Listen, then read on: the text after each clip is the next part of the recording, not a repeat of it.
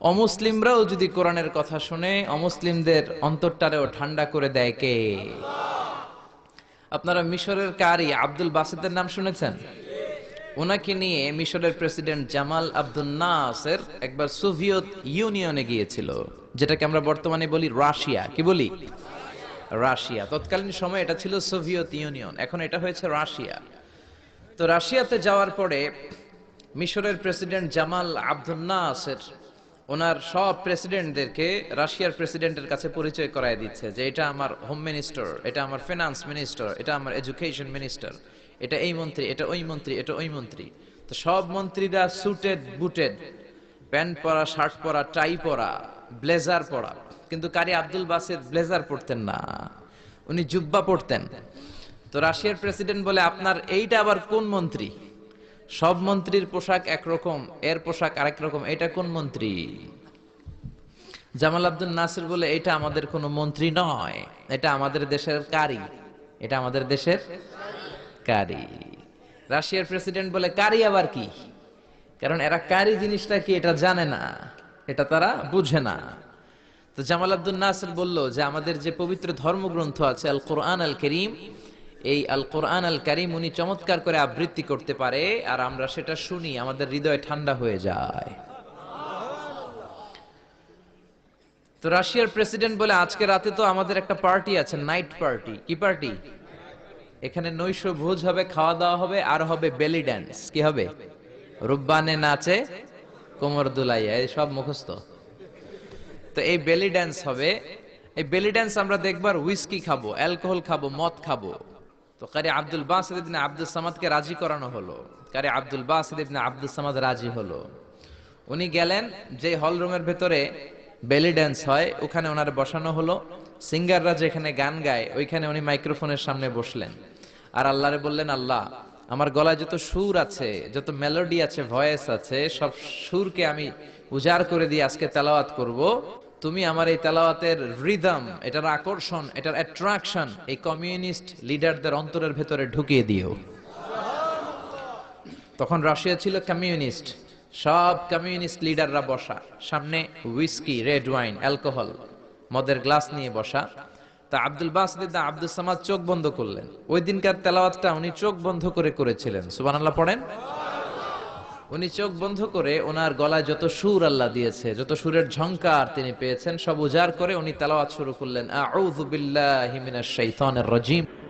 যতক্ষণ তেলাওয়াত চলেছে কেউ মদ খায় নাই, তাকিয়ে রইলেন, মন্ত্রমুগ্ধ হয়ে শুনলেন, আর সকলের চোখ দিয়ে দার দার করে পানি ঝরতে শুরু করলো। তেলাওয়াত শেষ, আব্দুল বাসিত চোখ খুললেন, চোখ খুলে দেখেন কেউ মদ খায় নাই, আর সবাই কান্না জর্জরিত অবস্থায় বসে আছে।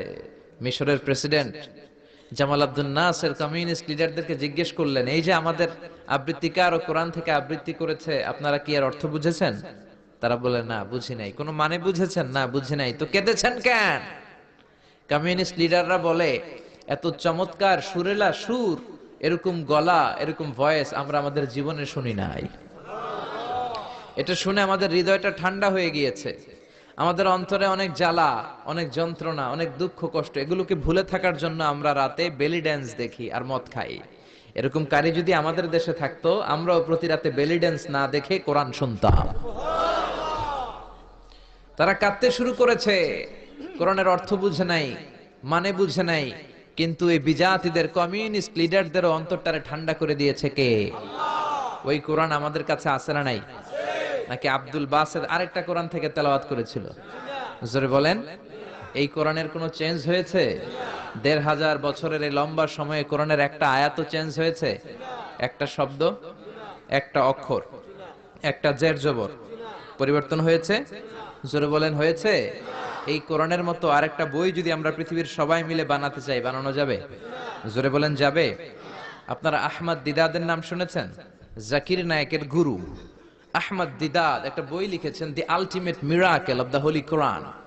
ওই বইতে তিনি উল্লেখ করেছেন, ইউনাইটেড স্টেটস অফ আমেরিকার কিছু বিজ্ঞানীরা সবচেয়ে পাওয়ারফুল যে computer, Cray one super computer, এটা দিয়ে আমেরিকার মিলিটারিতে যারা চান্স পায়, মানে সেনাবাহিনীতে, তারা ম্যাথমেটিক্যাল ক্যালকুলেশন গুলো করার জন্য এই কম্পিউটার ব্যবহার করে।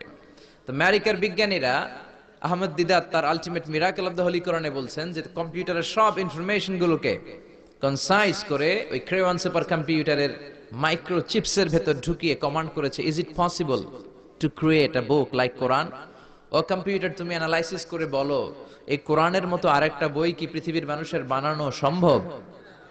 আপনারা বলছেন জি না, কিন্তু কম্পিউটার বলেছে ইয়েস, সম্ভব। It's possible, but you need to spend more than 63 octillion years. সম্ভব, কিন্তু পৃথিবীর সব মানুষদেরকে 63 অক্ট্রিলিয়ন বছর বেঁচে থাকা লাগবে আর চেষ্টা করা লাগবে। এটা শুনে বিজ্ঞানীরা তো মহা খুশি, হোক না অক্ট্রিলিয়ন আর ফক্ট্রিলিয়ন, পারা তো যাবে। কিন্তু নিউমেরিক্যাল সায়েন্স বলে যে octillion is very dangerous to reach there. Octillion হচ্ছে এমন একটা সংখ্যা যেটা পর্যন্ত পৌঁছা মানুষের পক্ষে অসম্ভব।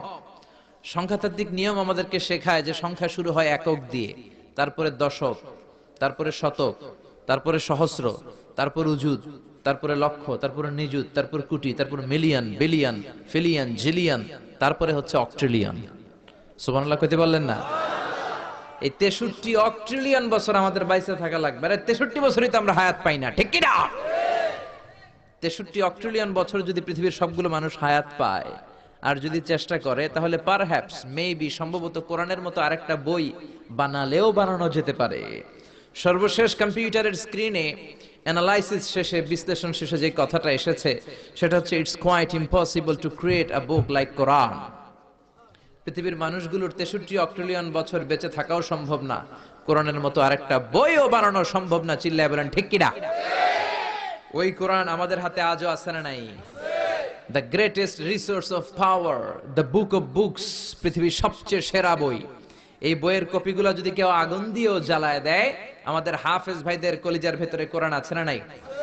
যদি আগুন লেগে ধ্বংস হয়ে যায়,